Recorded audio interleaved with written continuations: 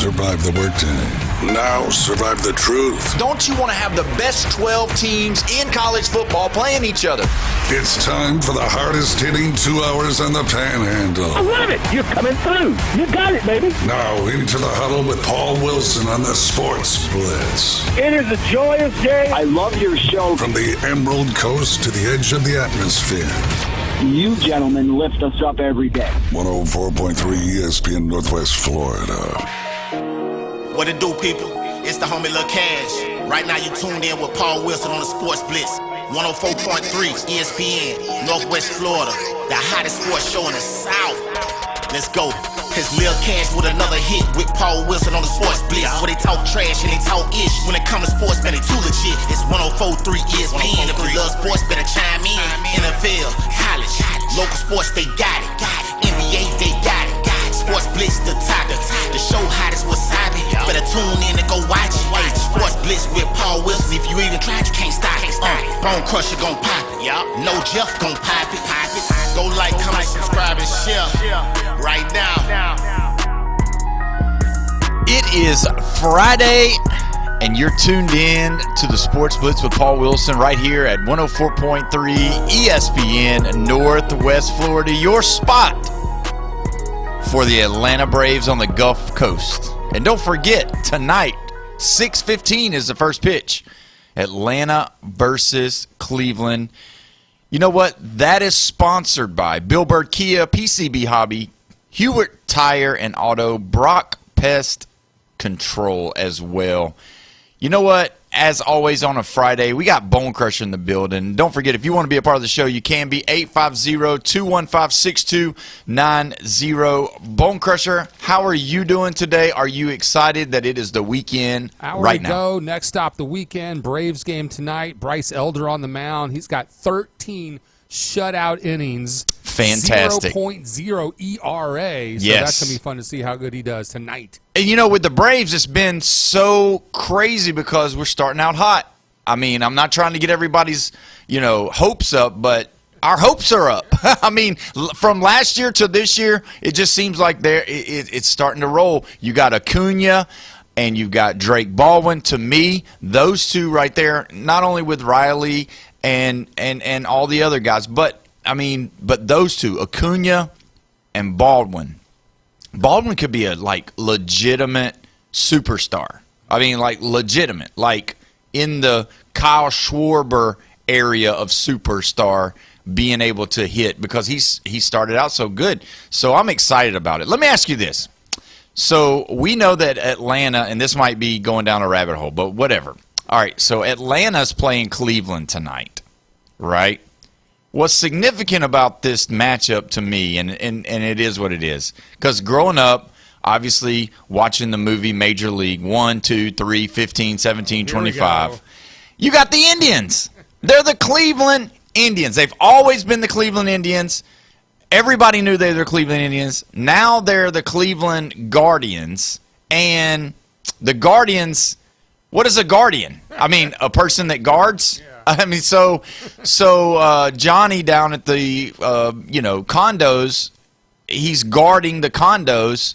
So Johnny, the security guard, is a guardian, right?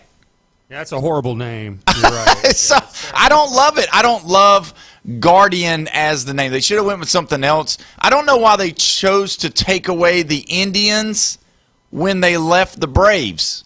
Because aren't they the same thing?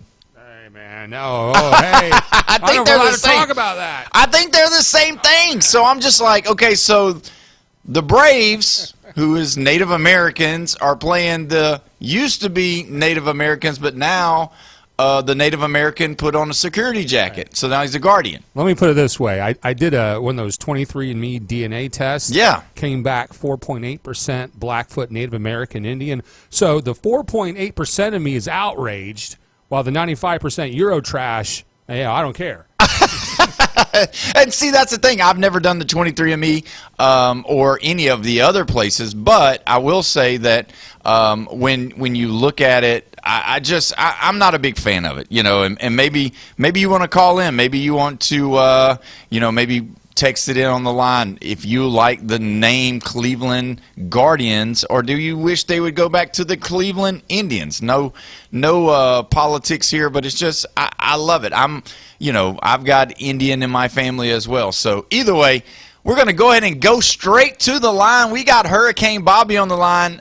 Bobby, how are you doing on this beautiful Friday? Oh, man, I can't wait. This weekend's going to be nice. I just can't wait.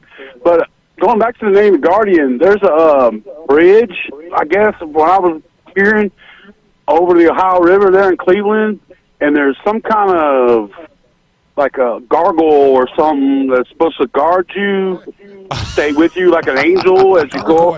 And they call it you know what I'm talking about? I don't even know what they call it, but it's something, it's supposed to guide you, across the bridge, make you be safe, whatever. And they call it the Guardian, and that's where they got the Guardians from. That's what I heard. I don't know. Well, I guess they didn't tell the Cleveland Browns about that, because the Brown fans are probably just on the bridge about to jump off. They're not getting saved. Just barricaded them from crossing. They're about to jump off the bridge. The Brown fans are. So the Cleveland, but the Cleveland Indians have always been like a team name that you always, even sometimes when you go to say the Cleveland, like that's the first thing you think of to me is Indians, because that's, all the time. I think a Charlie Sheen Wild Thing. Yeah, it wasn't Pedro Serrano, Willie Mays Hayes, a Wild Thing. So, that was a great movie. Obviously, if there's any bad parts on there, I don't condone it. But when you think about it, it's like, gosh, man, there's so much history. And, they were, the one guy, he was out in the stands, and they were hitting on the big drum. Out there, so that was the part of it. That's probably one of the best baseball movies to ever be made, I would say. That, the Sandlot, that, and maybe the Natural. The Field of Dreams. Field of Dreams was good, and then I don't know. I guess you could throw in. What's that one with Robert Redford? The Natural. Yep, The Natural. There you go. Yeah, that was a bunch of Durham. Yeah, Bull Durham was another one. I don't know if that was very good. Lollygag you first, you lollygag you second. What do we got? A bunch of lollygaggers, sir. That's right. So, I never knew this was going to be on. All right, Bobby, thank you so much. But really when you think about it, that's what I kind of wanted to say. Obviously, hoping that the Braves keep going on. And, yesterday on the show we had the Tama blog on, and he was talking about how good that the pitching staff is looking, which is what you were talking about, Bone Crusher. And that's the thing. If the Braves can keep it up on the pitching side, because, they've been able to score runs, they've been able to put up nice numbers without Acuna hitting a home run yet. Him or Riley hasn't hit a home run yet. So with that being said, if those guys get going, that could be a real, because Olsen, he's been pretty hot. Drake Baldwin's hot. All those guys that are playing are ready to go, as long as we can keep the pitching going the way that it's going. Now let me ask you this: are you wearing a green shirt today because it's the Masters? No, it's just my laundry rotation.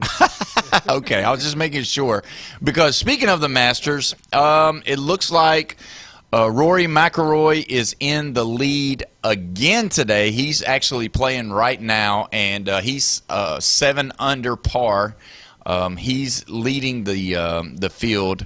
And do you like Rory McIlroy? Because I don't. I hope he loses. I don't like him. Is that his swing right there? Yeah, that's him. He can hit the ball for sure. That's a pretty good swing. Yeah, he's a pro for sure. But you got all of these other guys that are vying for it. He won it last year. It's going to be a really hard thing to do. But the guy that I picked has moved up to second. He's 6 under, Reed, and so my son's name's Reed, so that's why I went with him. Aww. And then we've got Day at -5, and then Jeffrey's pick, which is Rose, he's at -5, and then Rayton is at -5 as well. And as you saw there, Reed just missed a putt from about 12 feet out, and pretty disappointing. So Patrick Reed still holding in with about 4 to go, still at 6 under. I'm feeling like I'm feeling like Reed's going to really do well. But either way, we're pumped up and so glad to have everybody here today. You know what? I'm feeling really good. And what I'd like to do today is I want to give away 2 tickets to the Wrestling Against Cancer Saturday, April the 25th, 2026, right here at Bayhaven Charter Academy, 2501 Hawks Landing Boulevard in Panama City. Doors open at 5. Bell time's at 6:30. So kids under 5 are free. So I'm going to give away 2 free tickets. And you know what? It's not going to be a number of caller. If you want 2 free tickets to go see this awesome event, you can call in right now, 850-215-6290. All the proceeds there goes towards Pamela Clement's cancer medical expenses. It's a great cause, and it's going to be some really good wrestling. Cali Man, some of the other people that I don't know as of right now. I know Nikita Koloff is going to be there. And it's going to be an awesome night. I'm going to be there. Jeff's going to be there. And who knows, we might get in the ring and, lock up and do a suplex or something like that. I tell you what, though, none of those wrestlers better smart off to me because I have been doing push-ups at night, and I might be ready. You know what I mean? I watched a lot of wrestling growing up, so I might be ready. Some of those moves are real. I know. I'd come home from school, my brother would put the figure 4 on me, and it hurt. Yeah, that was real right. moves. Yeah, man. it's real. So yeah, if you want to call in, 850-215-6290. We got 2 free tickets.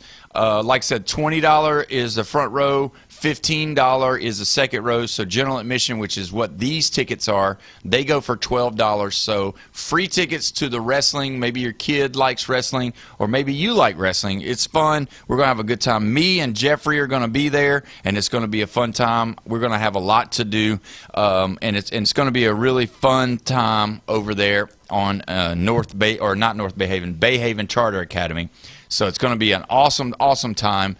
And, as we keep going, we do have to say something to our resident, I don't know what I would call him. But, Jeffrey, how you doing today? Resident class clown. Okay, that sounds a little bit better. We were going over before you got here about the Cleveland Indians and the Atlanta Braves. Not the worst mascot name. But you're okay with them changing it? Yeah, change it off the Guardians. It's not great. It's not even good. Yeah, but as you wear a shirt that says Jumbo Shrimp Baseball. I mean, I don't know if I can take you serious or not. You can't take me serious, but I'm still going to throw some stuff out there. The Predators are the worst ever. Yeah, that is true. Please change it off the Predators. That's just wrong. Yeah. And then it is not the Ohio River. It's the Cuyahoga River in Cleveland, because the Ohio River's down in Cincinnati and goes to Pittsburgh. Yeah. And then, as it goes down and everything, it hits Mississippi River at Cairo. Is it Cairo? No, it's not Cairo. That's in Africa. Cairo's in Africa. Yeah, Cairo's in Africa. It's Cairo? It's Cairo. That's Illinois. corn. That's corn syrup. Yeah, that is. So I don't know. I don't know what you're talking about, Jeff. Yeah. I'm sorry. I'm not a landscaper. You live in Kentucky. I know, but I mean, geographical is not. I didn't take it in college. So that's why you didn't find any ducks to shoot. That's right. But either way, I'm so glad you cleared that up for us so that we knew exactly where it was. I can't even pronounce it right. You can't announce it's Cuyahoga River. Yeah, and you can't spell it either because there's a G's and H's all in there. So U and G's and H's. Don't do it. Just stop. Pronounce it. Yeah, let's go. All right. So either way, Alabama basketball player Aiden Holiday was indicted today on 4 charges. They were talking about that it wasn't going to be felonies because they were talking about him possibly being able to play in March Madness. But unfortunately for him, 2 felonies, 2 misdemeanors per court records. He has an arraignment, a hearing for him to plead guilty or not guilty in circuit court scheduled for June 26. Judge Alan May will oversee the case. Here we are again. This is not good. As far as this goes, how do you feel about him getting in the portal? Because who's going to want him if he gets out and he gets out of this? Is anybody going to take a chance with him? He averaged 16.2 points a game, second leading scorer on the Alabama team. This is a joke, okay? All right. Miami Hurricanes. The convicts versus Catholics, right? Sorry, it's just a joke. It's just a joke. Yeah, it's not very good. But anyway. You're going to have a lot of people from Miami calling you, so it's not very good. They're not going to be calling me nice names either. No. But, I mean, for him, it's an unfortunate situation. It is. I wish that he, wasn't doing that. Obviously, I don't want anybody to do that. Look, but go ahead. I'm sorry. It's one thing to do drugs and make stupid decisions, bad decisions. And I don't care about what kind of drugs you're pushing on me or whatever. But if you're dealing drugs, and that's apparently what the charges are, you're ruining other people's lives. That's right, and you don't want that. Yeah. And is it? I hate to do this. I hate to say this. I hate to ask this question. This is in politics. I know. I hate to ask this question, but this is life. Do you think we're paying him too much money in college? That's a part of it? Well, apparently not, because he's trying to deal drugs on the side to make more money. Yeah, but to be able to do, like a normal person can't just go. You got to be able to buy it in bulk to be able to sell it in bulk. To be able to make more money. The old saying, you got to spend money to make money. Yeah, the dealer's going to front it to you. That's it. You know how that works, Paul. I don't know how that works. First one's free. Apparently you do. But, I just, that's one of the things that I wonder about. So, again, I'm for them making money. Yeah. Maybe not this much money at this early of an age. I don't know. Or they got to, I don't know. I don't think this is going to end up like rookie contracts. You know how they're all like tiered or whatever, like in the NFL when they get drafted, they're a certain draft pick and they can only be like within a certain range and all that. Yeah, but 2 weeks. In 2 weeks, the NCAA is meeting. We talked about this a little bit yesterday. Yeah. They're meeting, talking about eligibility. Once they get the eligibility done, hopefully they'll get the NIL done because something has to happen, right? I mean, they can't. You can't keep having these players making all of this money because what always happens? Things go up.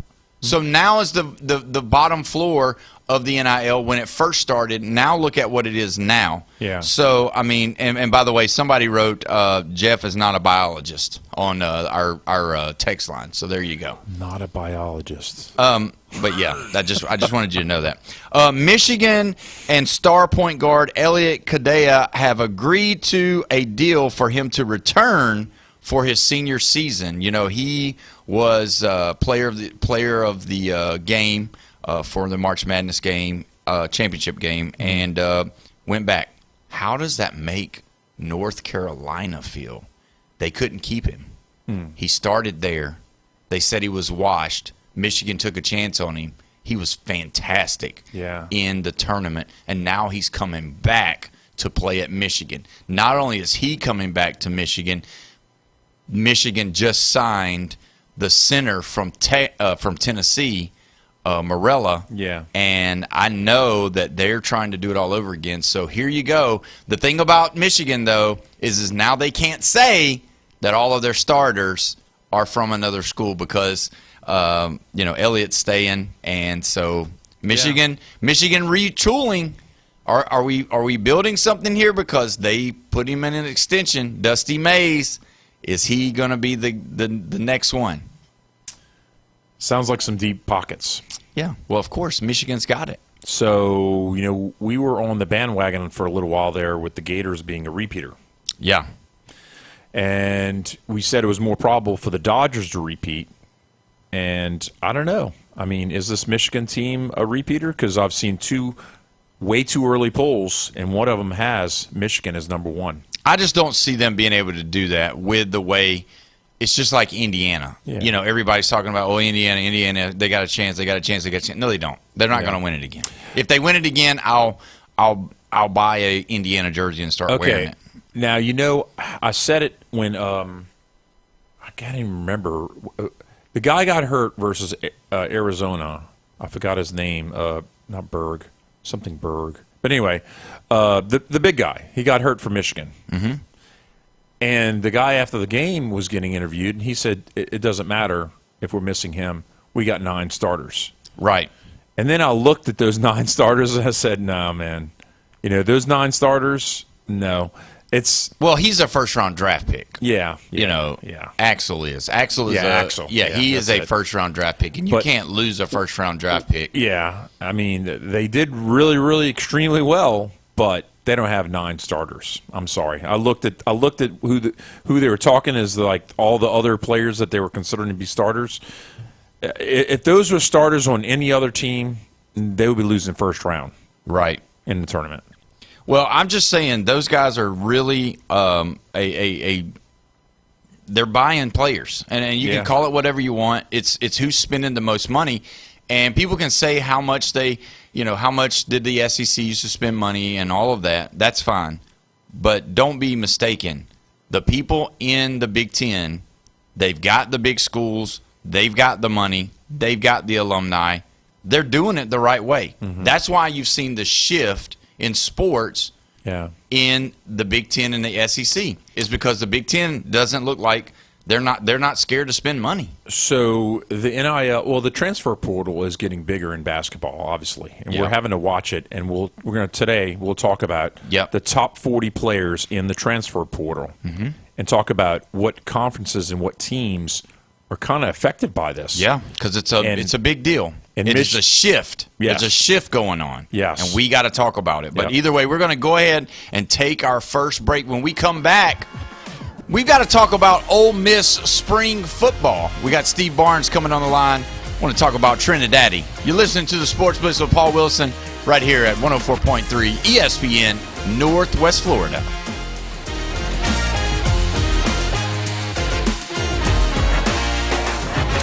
ESPN Northwest Florida.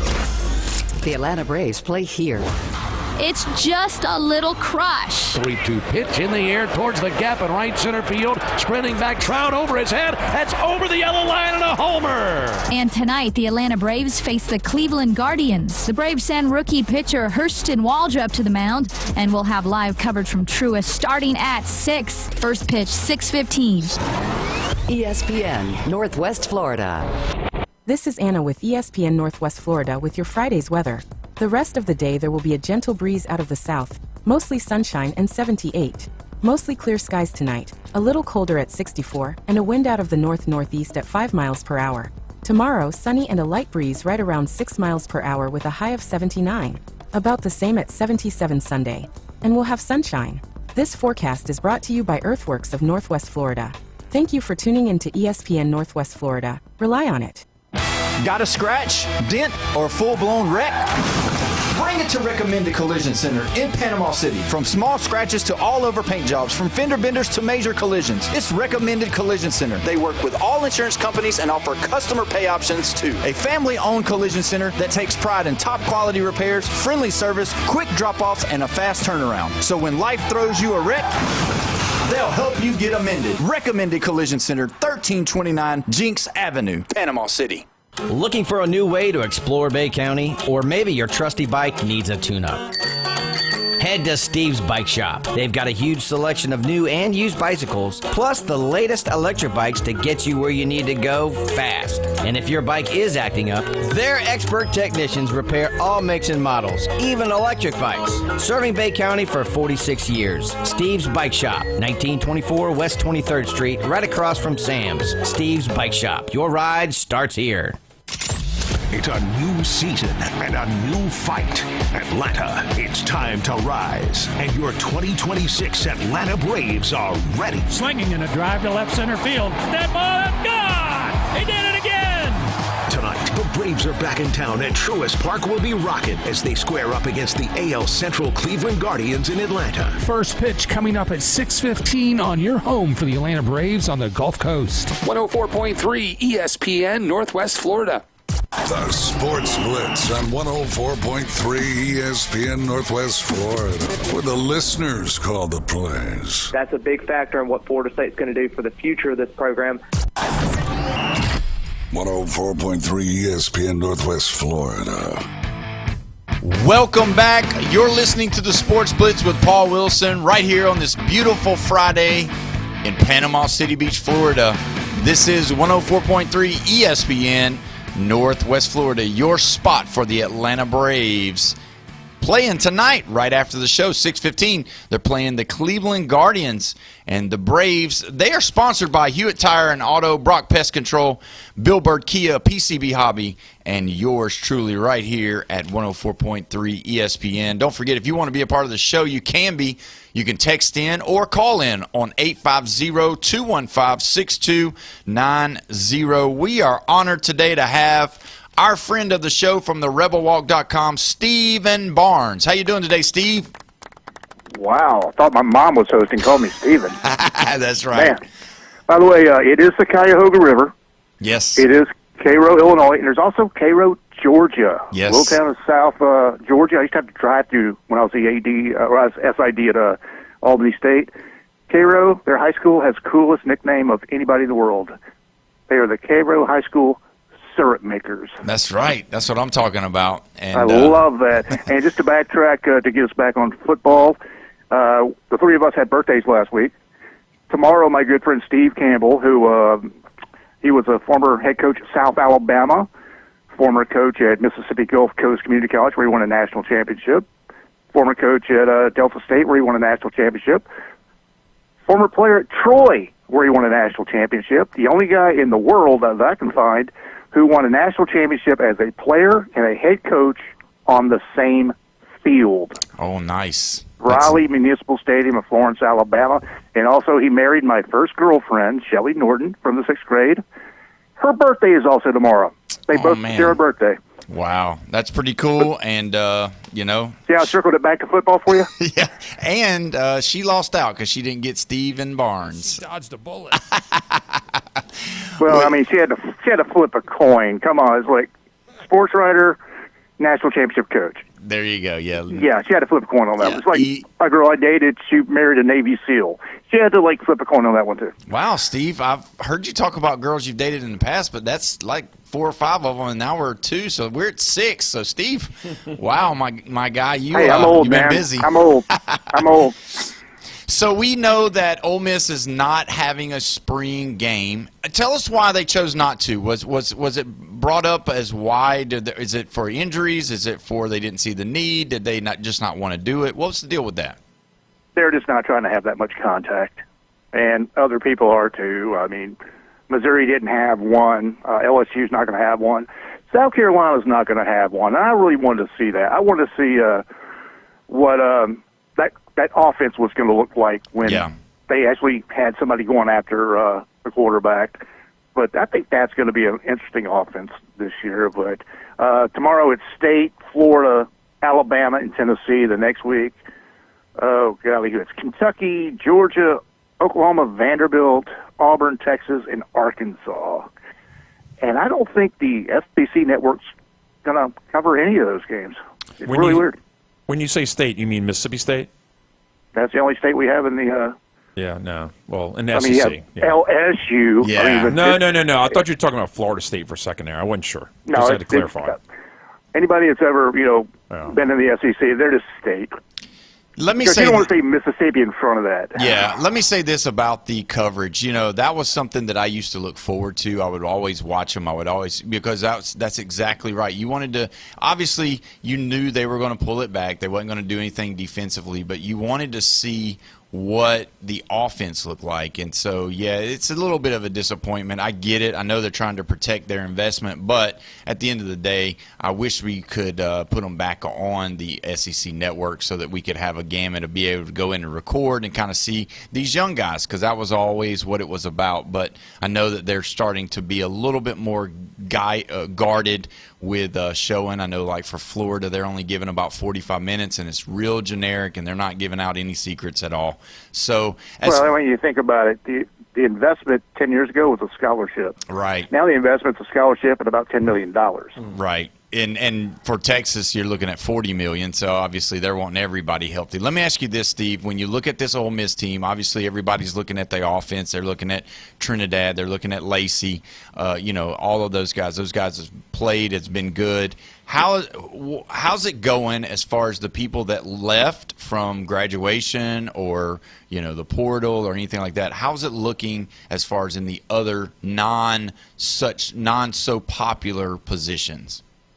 Well, I mean, You can ask Brian. You can pretty much ask anybody that knows me. I am like the un-Homer beat writer because if something's bad, I say it's bad. I mean, I don't care what. Last year, Ole Miss basketball, they couldn't defend anybody. They were bad. This year in baseball, bullpen is terrible. I'll say it's bad. In spring football this year, there's only one hole that I can find, and that's offensive tackle. Everything else seems to be just, healing fine is the way I always put it, because you get hurt by least affections.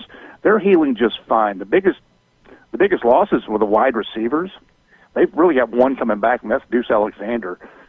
But they've got four other ones in here you got Jonte Cook and Darrell Gill Jr., who transferred in from Syracuse. And they didn't really put up eye-popping numbers, but Angeli, their quarterback, got hurt early last year. And at the end of the year, Syracuse was starting a walk-on quarterback who played lacrosse. And they were still putting up numbers. And Gill, if you watch Monday Night Football, they have that "You Got Mossed" section. Gill won that one week. So that was kind of cool. And they brought in Horatio Fields from Auburn, who I guess is going to be the big receiver this year, because there's no A.J. Brown, there's no D.K. Metcalf, there's no Stribling. He's the big one at 6'2", 210. But the guy to look out for at wide receiver is a kid named Caleb Cunningham. He was the number one wide receiver in Mississippi coming out of high school last year. But he committed the cardinal sin to Lane Kiffin. He didn't graduate in December and come to spring practice because he wanted to play basketball and win a state championship with his high school. Wow. So he never got off the scout field last year, except he caught a pass against, I think, the Citadel for 19 yards. But my favorite thing that Pete Golden said this year was, I know him pretty well because he was on the scout team last year going against our number one defense. We still haven't covered him. Wow, that's crazy. I've only heard one coach say that about a scout team player in my life, and that was Bobby Bowden. He was talking about Randy Moss at Florida State before he got in trouble there and had to leave. So we couldn't cover the kid. We just couldn't do it. And they won a national championship with that defense.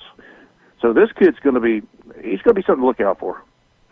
So let me ask you this. The SEC schedule obviously is going to be changed for, going into next year as far as how many games they've got to play in conference. When you look at the schedule, opening up with Louisville on a Sunday night, that's a little, that to me, as far as all of the SEC schools that we've talked to their beat writers or the insiders, they've all started with someone not so good. With this one, that was the shocker for me when I started looking at the Ole Miss schedule.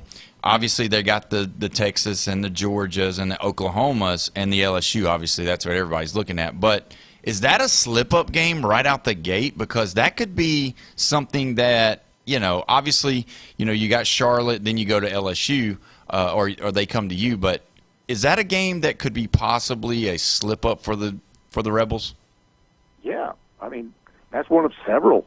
I think Florida down at Gainesville. Yeah, I think that's a trap game. I think Auburn's a trap game. Yeah, you don't know what Byron Brown's going to be able to do with that offense.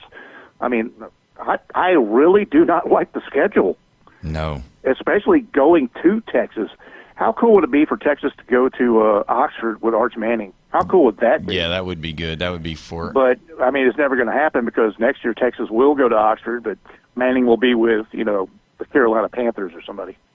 But that opener, it's a showcase of running backs because Isaac Brown is back for his third year at Louisville. That he's a stud, and Lacey's back, right? Yeah, Lacey's back. I mean, you get a running game going, you throw a little bit of passing in there, and somebody could take off in this game. And I don't think it's going to be Louisville.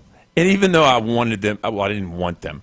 I picked them to go to the ACC championship last year, and they kind of faltered as soon as Isaac Brown went down.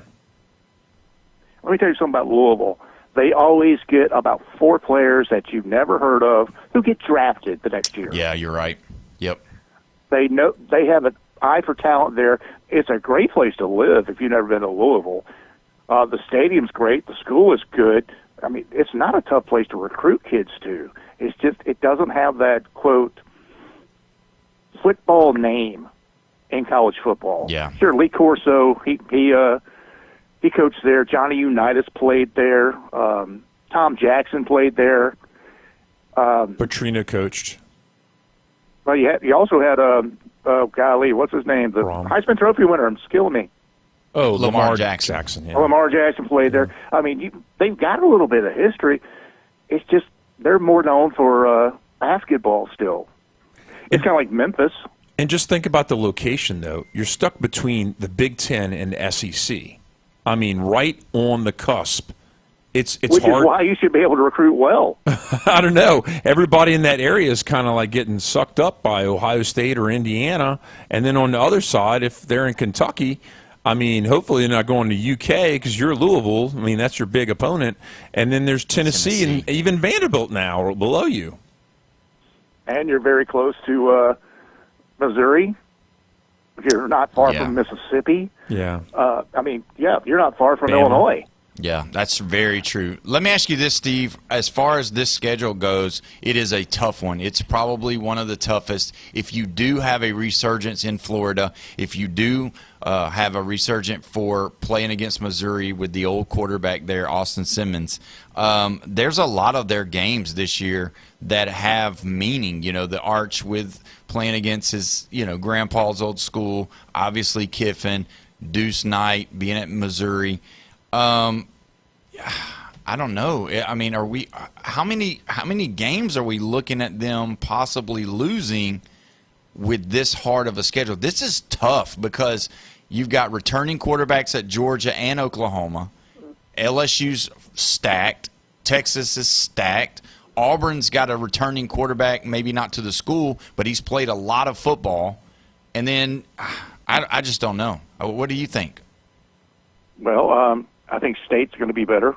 Yeah. I think Arkansas is going to be better. I mean, it's not an easy schedule, and I still can't make a prediction because after spring practice, you can have the ghost transfers. They're going to get mad and leave. Right. So, I mean, I couldn't say anything until after like 2 weeks of fall practice to find out who's on what team. And Phil Steele was a buddy of mine.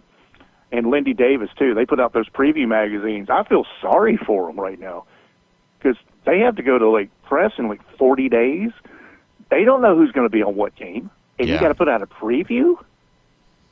Yeah, that's a tough deal. And like, Jeffrey, we haven't really talked about the toughest schedule, and they haven't put it out yet. But, I mean, this looks like the Florida schedule or the Oklahoma schedule from last year. How tough and how there's no real weaknesses because he's exactly right. When you're playing, you got Texas, then you're at home against Auburn and Georgia, but then you go right back to Norman, Oklahoma. That's a 4-game schedule. If Auburn is good, they've got the defensive coordinator is going to still be there, and we're going to talk to Coach Golish in May. Yeah. And you got a quarterback like Byron Brown that's played a lot of football. You don't trust it? No, it's just that. I mean, okay, it's the same excuse I guess I have for LSU for not going 9-3. It's the tough schedule. I just don't see how LSU can do that. Okay, but you talk about a quarterback and running back tandem, Trinidad Chambliss. Yes. And Lacey, yes, might be the 1-2 punch that anybody will want in the nation. Yeah, I can't think of another. Who's the other running back in this nation that could even be mentioned with that quarterback? And you don't even know who could go to New York to be the Heisman. Right, out of those two. I told you I'm not a homer guy. Now, I have to listen every now and then to some people online who are definitely homer guys. And there's one guy who said, well, Ole Miss should be number one preseason because you have Trinidad Chambliss, the best quarterback in the country. Really? He's the best. You're sure about that? There's not a guy named Manning out there. Sellers is going to have this Kendall Briles offense. Stockton. You're not sure about him? Stockton. Yeah, Gunnar Stockton. You're sure he's the best? Well, we have the best running back in the country with Kewan Lacey. He might not be the best running back in the conference. Have you seen Ahmad Hardy at Missouri? And Jaden Ball. Yeah. Yeah, and Ball at Florida. We have the best kicker in the country. Have you seen the guy at Oklahoma that kicks in the Daisy Duke? Wait, is the Ole Miss kicker coming back? Yes. Yeah. And the oh punter. my God, that guy. He's both sick. of them. Yeah, he's both sick. Canaro. Lucas Canaro. He's lethal. And Oscar Burt, it's only, the next game he plays in will be like the 13th game he's ever seen in his life because he's from Australia. But the one thing I do like about Ole Miss is I think the team is deep. So when they get into those games, especially late in the season, those other teams are going to have a little more attrition. Yeah. So what's your call? Ole Miss has, you got Keywan Lacey, but you got 3 other guys, including the kid that's coming in, Joshua Dye. He's transferring from Southern Utah. People are like, yeah, what's the big deal about him? He led the FCS in rushing last year by a bunch. Yeah. Bring him in on third down when the defense is tired. So what's your thoughts on Golding leading the defensive play calling? I think it's a good idea. Do what you're good at. And, I mean, I think a lot of people have that problem. It's like, I'm a great coordinator, now I'm a head coach. I'm going to give up coordinating. And now you give it to somebody else who's not as good. And your team goes down, and people say, well, why did it go down? Because I stopped doing what I was good at. And he knows he's not an offensive coordinator, so John David Baker's going to do it. And he had a great interview today where he said, he was at East Carolina last year, and when he was at Ole Miss for 3 years before that, the assistant OC. So, I mean, he knows, the schemes. But he said when he also came back, only 3 offensive players knew who he was because it changes so quick. But what he said that I loved was, I left East Carolina and got to coach 6 weeks at Ole Miss during the playoffs. The guys got to learn me. I got to learn them. It helped with retention. A lot of guys said, you know what, this guy, he's going to be a lot like Charlie Weiss. Yeah, I'm going to stay. So I like that about the kid. And he's a Mike Leach disciple. Love Mike Leach to death. Yeah, I think it's going to be interesting. I appreciate you coming on. I know we're going to talk other stuff, but we are out of time, my friend. I hope you have a great weekend and make sure. Well, we'll find out if I have a great weekend or Jeff does. LSU is in Oxford for a 3-game set in baseball. Yep. Number 24 and 25 in the country. Yeah. The bottom dwellers of the AP poll. We're like 6 and 6. Real quick. In the SEC standings, Florida, Vanderbilt, and Kentucky are not ranked. They're in the middle of the standings. They've got 1, 2, 3, 4, 5. They've got 6 teams below them in the conference standings that are ranked. Yeah, it's crazy. It's nuts. A weird country. It's a weird country. It's a weird conference. Yeah, you're right. Well, Steve, we sure do appreciate you so much. Steve Barnes from the rebelwalk.com. Have a great weekend, my friend. Talk to y'all later. All right, buddy. When we come back, we're going to talk a little bit about that college baseball. You're listening to the Sports Blitz with Paul Wilson right here, 104.3 ESPN, Northwest Florida.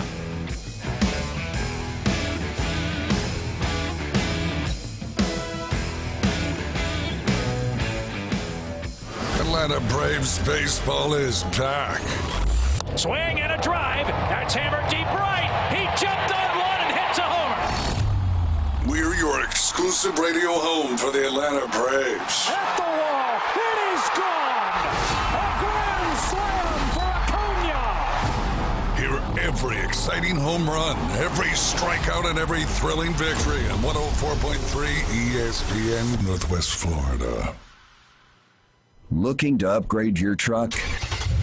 It's Blue Diamond Truck Accessories in Panama City. They sell, service, and install it all. Light kits, bed covers, bumpers, winches, lift kits, and any trailer hitch you can imagine. Blue Diamond Truck Accessories, just west of Frankfort Avenue on 15th Street. Find Blue Diamond Truck Accessories on Facebook or call 850-914-0265. Blue Diamond Truck Accessories, 850-914-0265.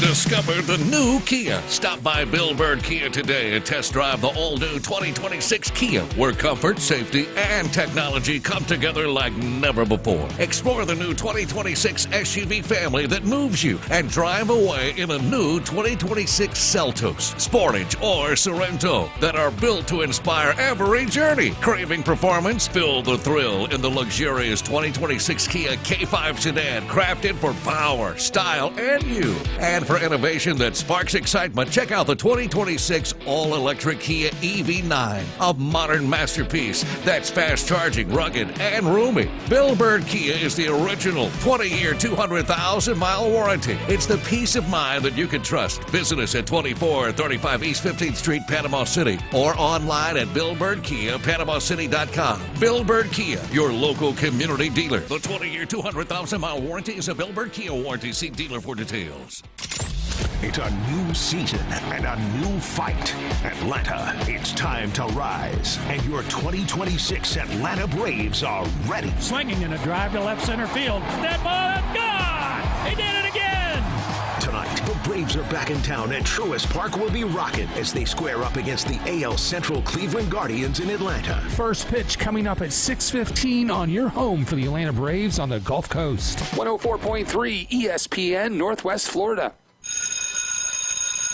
His major in college, We're going streaking through the quad.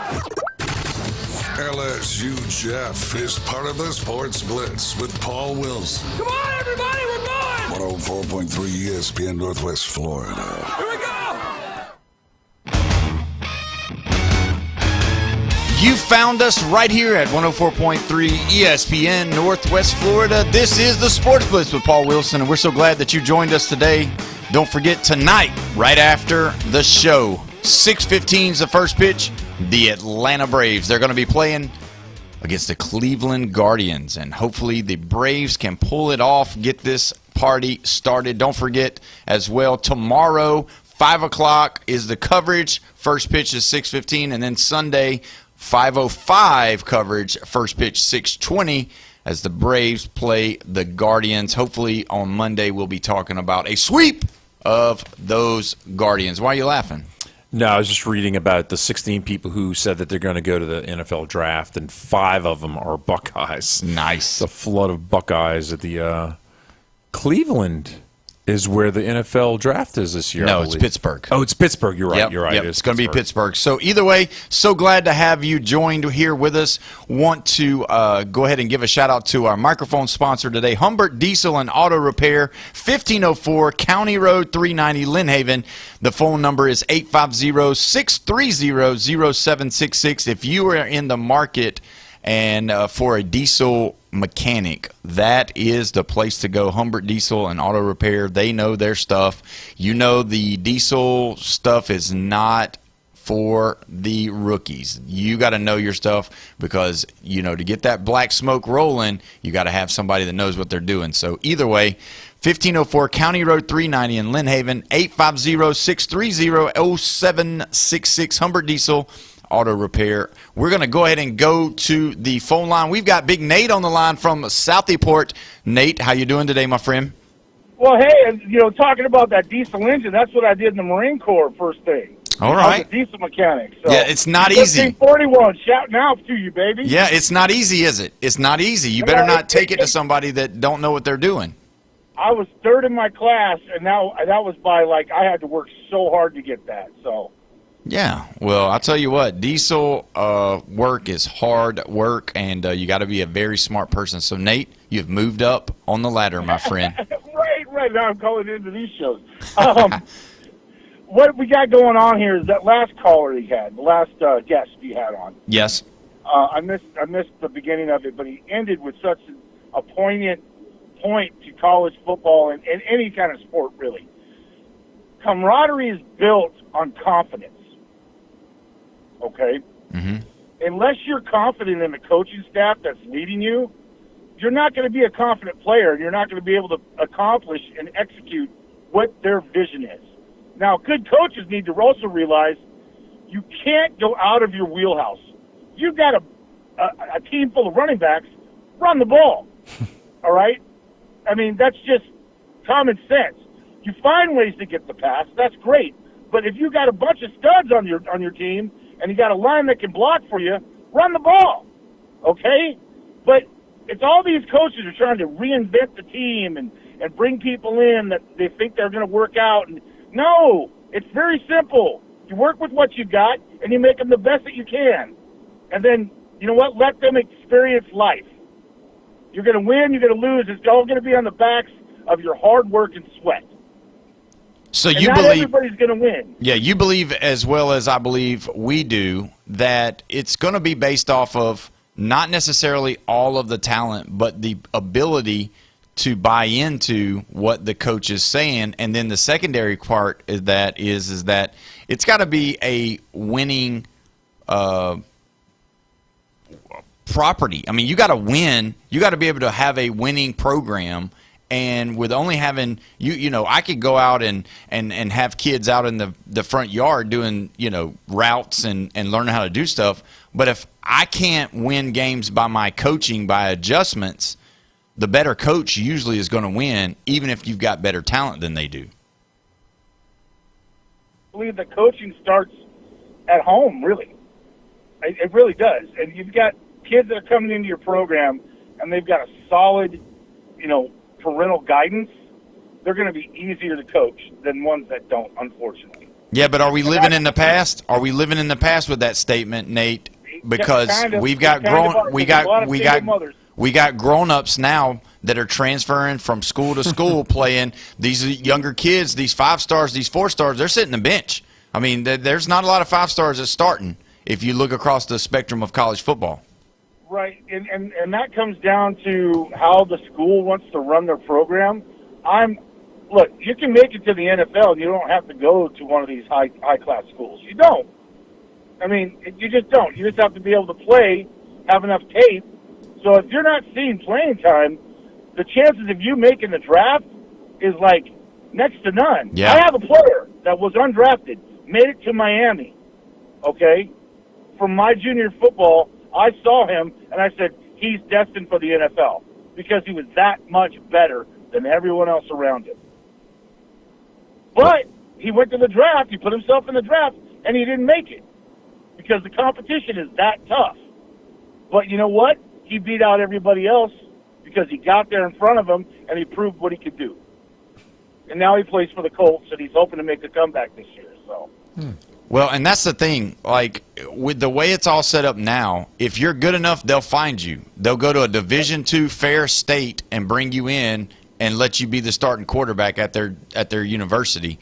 That's Trinidad Chambliss. But when you look at all of this with college, it's the coaching, man. Look at all of these guys. Look at everybody who was a candidate for the UNC job for basketball. Look at what Cignetti's doing in Indiana. Like, and after we got Taylor Devers coming on at 5 o'clock today to talk Florida State spring football. I'm excited about that. But after that, hopefully you'll stay listening in. We're going to rank the top 10 coaches in college football from 1 to 10 today after we get through talking with Taylor Devers, because I'm into the mindset now that, yes, coaching has always mattered, but usually if you had the best players, that allowed you to win football games, maybe not championships, but now you've got to have coaches, I think, even more than you do talent. And I don't know if people agree with me on that, but I think coaching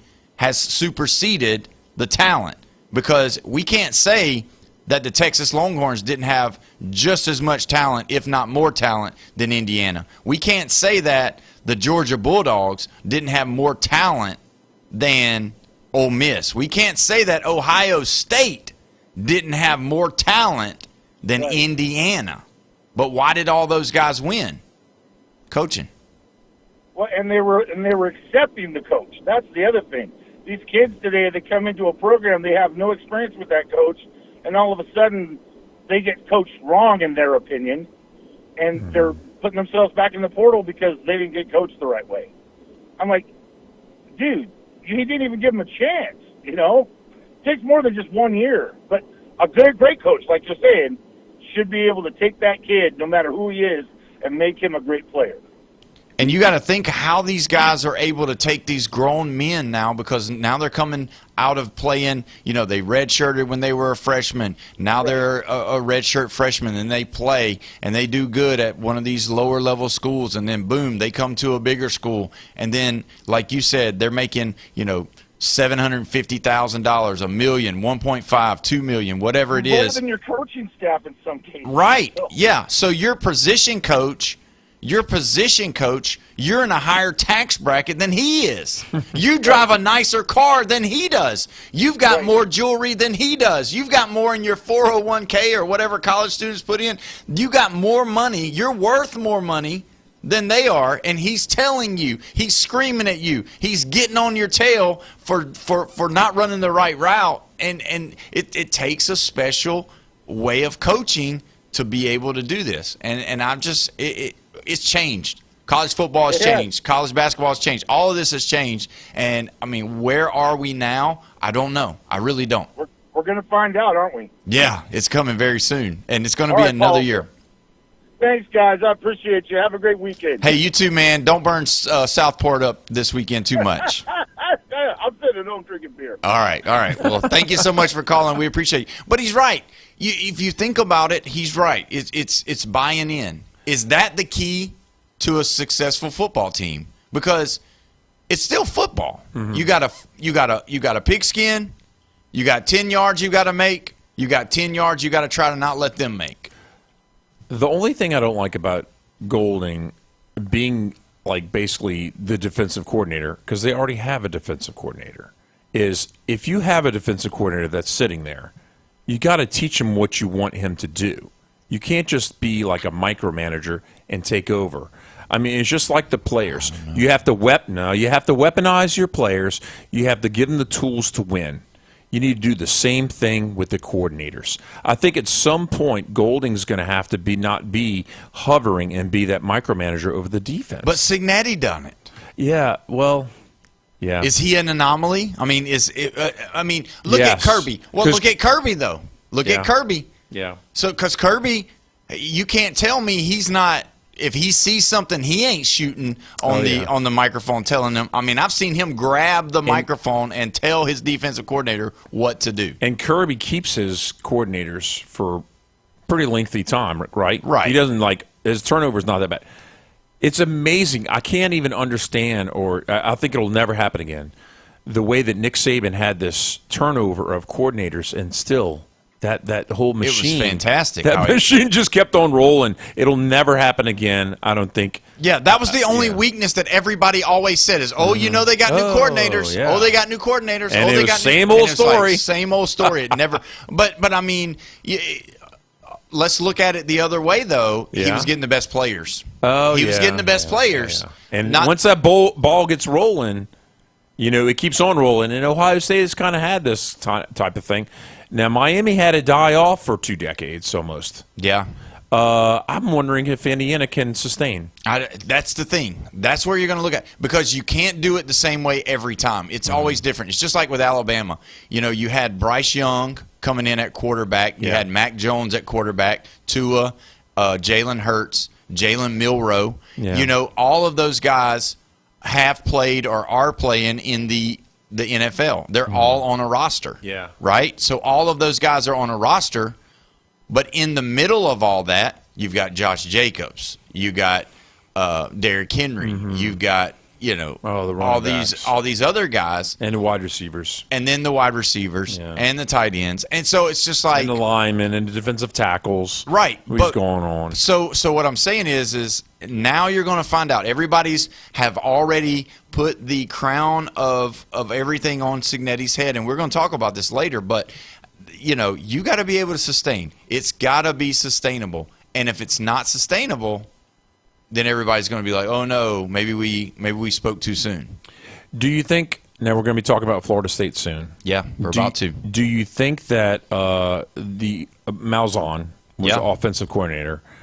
Do you think that it kind of got old hat? People figured him out, and then the coach Norvell should have intermingled in there. And I don't know. Changed things up. Well, Taylor Devers is definitely going to find out and tell us. I'm telling you. So either way, when we come back, we're going to have the Florida State football spring report right here with Taylor Devers. You're listening to the Sports Blitz with Paul Wilson, 104.3 ESPN, Northwest Florida.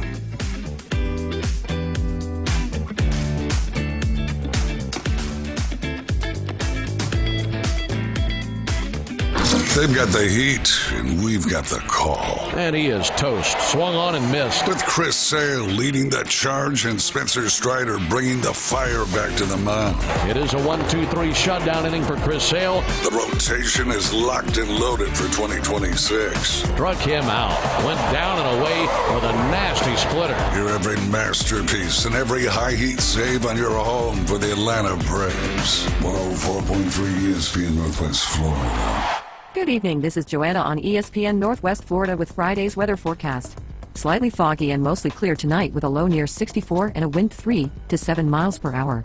Slight fog and sunshine tomorrow morning, a light breeze and a temperature of 77. Slightly warmer in the afternoon and evening around 78 with sunshine and a wind around 10 miles per hour out of the south-southwest. Sunny Sunday and very warm around 77. This forecast is brought to you by Earthworks of Northwest Florida. Thank you for keeping that dial at ESPN Northwest Florida. Rely on it. The legendary Pepper's Mexican Grill and Cantina, home for the most popular drink specials in town and now on the beach. Enjoy 2-for-1 house margaritas and draft beer all day, every day. 10% off on Military Mondays, and Tuesdays kids eat free with an adult. Pepper's Mexican Grill and Cantina, now with 2 locations. Back Beach next to Home Depot and Highway 77. Get ready to connect. ESPN Northwest Florida is proud to welcome and feature the newest additions to our Panama City Beach Chamber family. Welcome to the Beach Chamber, Florida Panhandle Marine Institute, J&W Junk Removal and Handyman, Proven Hospitality Services, Pursuit Advisory Group, and Smith Skis. Step in, grow, and connect with the community that celebrates your achievements. Congratulations from ESPN Northwest Florida. And the Panama City Beach Chamber of Commerce, reaching Bay County and beyond. WGSX Lynn Haven, WVOQ Port St. John. ESPN Northwest Florida.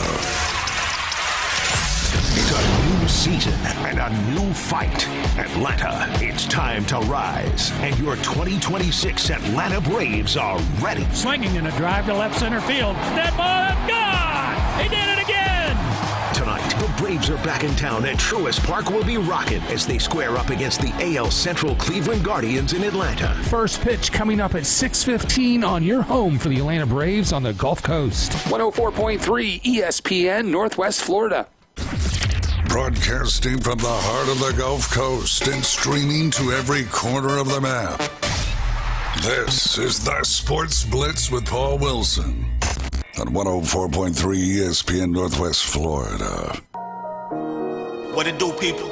It's the homie Lil Cash. Right now you tuned in with Paul Wilson on the Sports Blitz. 104.3 ESPN, Northwest Florida. The hottest sports show in the South. Let's go. Cause Lil Cash with another hit with Paul Wilson on the Sports Blitz. Where they talk trash and they talk ish. When it comes to sports, man, they too legit. It's 104.3 ESPN. If you love sports, better chime in. NFL, college, local sports, they got it. NBA, they got it. Sports Blitz, the topic. The show hottest wasabi. Better tune in and go watch it.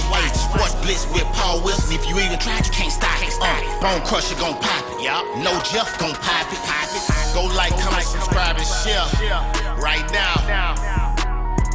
It is 5 o'clock on Friday, and we are at the weekend, baby. You are listening to the Sports Blitz with Paul Wilson right here at 104.3 ESPN Northwest Florida, your spot for the Atlanta Braves baseball.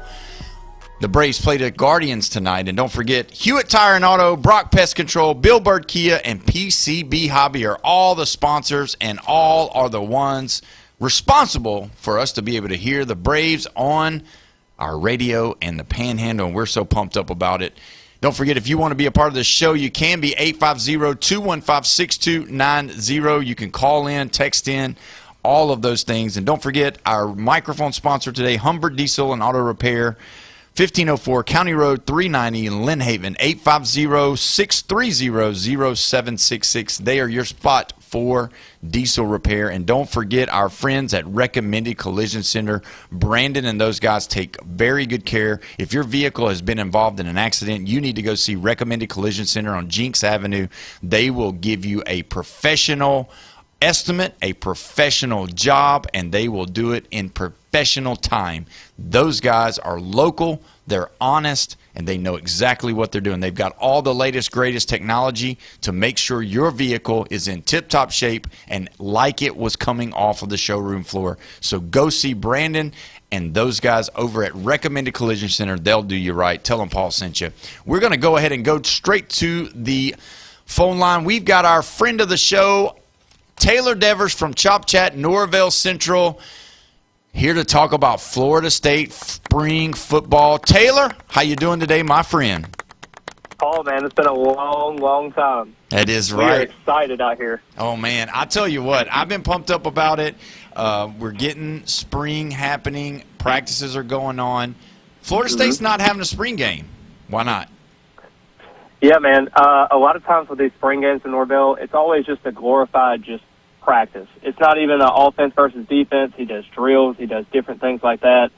I think it's another situation like last year where he just thought there was a lot of distractions going on, a lot of negativity, wanted to focus on, the New Mexico State game at the very beginning as well as Alabama later on in the year. I just think there's so much pressure on this team. He doesn't want to build that much expectations right now. All right, so we got Gus Malzahn. He has stepped away, and who's the offensive coordinator? We got to know who this guy is. What is he about? What's going on with the offense? Yeah, so Mike Norvell is going to be primarily calling the plays. I know that that's going to be something Florida State fans are just, gritting their teeth about because you saw 2024 where he was calling plays for DJ Uyunglele, and it did not work. I mean, you saw a 2-10 season, but he has called plays in the past with him. He's called plays at Memphis. He's done very, very well. Now, they did elevate Tim Harris Jr., who's the wide receivers coach at Florida State, to basically the offensive coordinator role. I think it's more of an elevation. He was a play caller at UCF as well with Gus Malzahn, and he's got a very close relationship and knows the offense ins and outs. But it's going to be Mike calling the plays, and he's basically going to be calling the shots, but Harris is also going to be in the meeting room and trying to scheme up for game days when Florida State takes the field. So let me ask you this. Obviously, Gus Malzahn, last year we made a lot of comments about this. Gus Malzahn had the offense by himself. Mike Norvell, a lot of times, obviously they got the headsets on, so they're talking, but they're standing way apart. They're not even close. They're not by each other. He's just letting Gus do it. So now he's going to call plays. Is he going to call the same schemes, or has he got his own scheme? How's that going to work? Yeah, so it's a little bit different. Basically with Malzahn last year, he never ran screen plays, ever. Never ran quick slants, never ran a lot of quick action plays to be able to set up those passing plays. A lot of those were just throwing towards the sideline, mainly because of what the quarterback you had. I mean, you had Thomas Castellanos that couldn't really see over the middle of his offensive line, so a lot of those middle of the play shots that he was playing and calling, you couldn't really throw. So a lot of times you had to go one-on-one situations, and it was just a whole lot that was kind of messed up in terms of the offense. I know everyone talks about it being gimmicky. I understand that. But Florida State between the 20s was very good, but when they got to the red zone, it just was not great. And Mike Norvell, historically, in the red zone has been very, very successful. I think the last year, not in 2024, but in 2023, he actually had, I think, a red zone cap, of scoring, I want to say, like 80% of his touchdowns in the red zone instead of going for field goals. So he was very, very aggressive in that regard. All right, so now we've gotten that taken care of. Let's talk about the players. Obviously, you got Florida, you got Alabama, you got a lot of people around the country that are having quarterback competitions. What's going on with the quarterback position for the Seminoles? Yeah, so it's basically right now a battle between Kevin Sperry, who is a redshirt junior, or a redshirt freshman, and also Ashton Daniels, who is the quarterback transfer over from Auburn. He's played at Stanford before as well. His career has been up and down. I mean, we talked about it on the show whenever the season started, where Auburn had Jackson Arnold, that was basically a guy that the fan base was kind of criticizing about. And you saw Ashton Daniels as that type of guy that, he showed flashes, but he kept being third and second string. And I know Hugh Freeze, the situation there, he had some kind of difficulties at the quarterback position there, and ultimately got fired at the end of the year. And Alex Golish brought in, his quarterback from UCF and Byron Brown. And now that leaves Ashton Daniels to kind of figure out what he has at Florida State. And he's going to be in that battle with Kevin Sperry. There's also Malachi Marshall, who's a JUCO kid. He's going to be enrolling in the summer with the number one JUCO prospect quarterback out of this past class in the 26th class. But I kind of find it interesting because Norvell's talked about how Sperry has been this guy with potential, and he's got a lot of upside. He was a former four-star in the 25 class, but he brought up an important question in the meeting. They basically asked him about Kevin Sperry, and he talked about how great he was and showing flashes. But he made an interesting quote because he wasn't even talking, or the question wasn't even based around Ashton Daniels. And he made this quote, "Ashton has been really good. He's been getting everything I wanted out of him when he first came in. He's even getting him better in areas that we asked him to improve on." I mean, he was talking about Ashton Daniels when it wasn't even addressing Ashton Daniels. So if that doesn't tell you that he's wanting Ashton Daniels to be the starter, I don't know what else could be. Yeah, that sounds like it to me. So with that being said, let's talk about some of your offensive players. I know you've got, is it Krumar? Oshman Krumar? Ain't that the running back? Yeah, so Usman Kroma is basically a guy from Leesburg, Georgia. Auburn and also Georgia were two schools that were really, really involved in his recruitment. But last year, the thing was, he only had 2 games where he had over 10 carries in that whole span. He had about 8 carries against Alabama. He showed effectiveness. He showed power and grit. But they just never played him. It was always Gavin Sawchuk. He brought on Sam Singleton at the end of the year. He's a redshirt junior from Jacksonville. Just seems like there was a lot of pieces that they were trying to collect together, and Gus Malzahn and his offense was using so many running backs that you just really didn't know what to have. And Kroma has been a guy that they've talked about from time and time again. We heard it last year, too, but Norvell talked about in his last press conference that he has an elite skill set. This is a guy that is highly thought of. I think he can actually be a day 2 pick if he's actually being able to be utilized. That size and speed that you cannot teach is there. He just has to piece it all together. So with that being said, what do you think they're going to do as far as, is it going to be a lean, heavy pass offense? Is it going to be a spread? Is it going to be, are they going to, get in the I formation? With Daniels, you've got a guy that can move, he can run, he's and I hate to call him this, he's a Cam Newton lookalike. Here we go. You got a big kid that's got a big arm, but, like you said, he's struggled at times. He's been okay at times, and he's been good at times. So what kind of offense are they going to be running? I know they're going to run some screens. I know they're going to do that, but are they going to be able to get him outside of the pocket and show off his wheels a little bit, or are they going to be, realistically just trying to keep him in the pocket? Yeah, because realistically, when you look at his stats, he is a career passing touchdowns of 24 passing touchdowns and 22 interceptions. That is not good. No.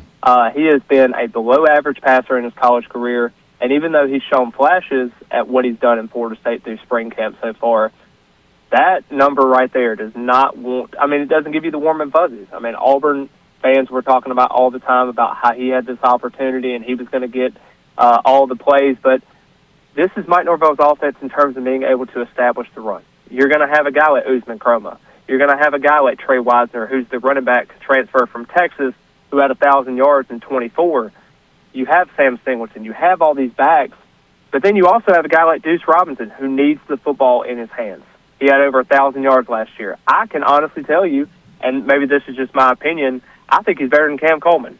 Wow. But problem is, can somebody give him the ball? Because Cam Coleman has Arch Manning this year. He's probably going to have over 1,000 yards this year, finally.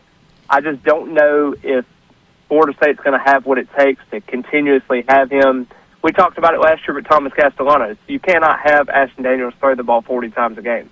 You need him to throw the ball about 20 times a game, being able to get those design runs maybe 8 to 10 times a game, and then being able to hand it off to your running backs and establish the running game early and often. So let's talk about the defense. Obviously, you can't give up a bunch of points. I don't know what their total was last year, but, their offense struggled, so they put a lot of pressure on the defense. So really a good offense helps your defense out tremendously, but they didn't do that last year. What does this defense look like? Who do they got coming back? Who are the newcomers? Yeah, so you got Mandrell and Daryl Desir, the Desir twins from Miami. They were actually being able to – they went to the transfer portal. It was a lot of drama going on. They finally were able to come back. You got a guy like Kevin Wynn, who's a former four-star defensive tackle, 330 pounds. I mean, he's going to be your guy that's going to be up the middle. Daniel Lyons, defensive tackle that's returnee. He's a redshirt senior. He's one of those guys that I've been hearing a lot in camp so far in terms of being that leader on the defense. In terms of the linebackers, Chris Jones from Southern Miss, he actually committed and signed with Ole Miss and decided to back away from his commitment and being able to flip over to Florida State. That's a guy that I have heard is going to be probably the leader in this whole defense. He's going to be the guy that you're going to have to count on in terms of a Telvin Smith type of linebacker that's going to be coming downhill. And linebacker has been a position that Florida State fans have been wanting for quite some time that you just haven't got production from. You saw that season finale against Florida where Jaden Baugh had ran for over 200 yards. That's a guy that you have to be able to get in the teeth of that defense and being able to come up in those rushing lanes and being able to just stop a 3-yard run turning into a 10. And I really think that this defense can be special. I'm going to also make a bold prediction that I think Florida State's secondary, with the pieces they have back with Jabril Ross from Pensacola and Ashton Barker, a JUCO kid they got a couple of years ago, I think they're one of the best secondaries in the conference, and I think it's going to show this year.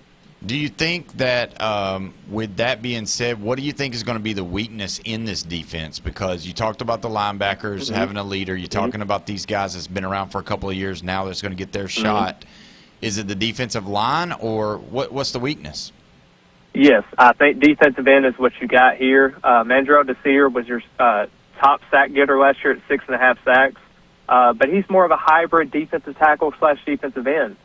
His brother is a true defensive end. He has gained a little bit more weight in Daryl Desir, but the problem is they also only were able to get one defensive end last year in the transfer portal in Rylan Kennedy from Texas A&M. He only had 2 sacks last year. He was primarily a reserve. Actually didn't even start playing football until I think his 9th grade year. So when you have that guy that's not really played a whole lot of football, he has a great skill set that you can kind of build on. He's a redshirt senior. He's got to deliver now, and I think Florida State's having to rely on some of these guys that they have to get some production out of.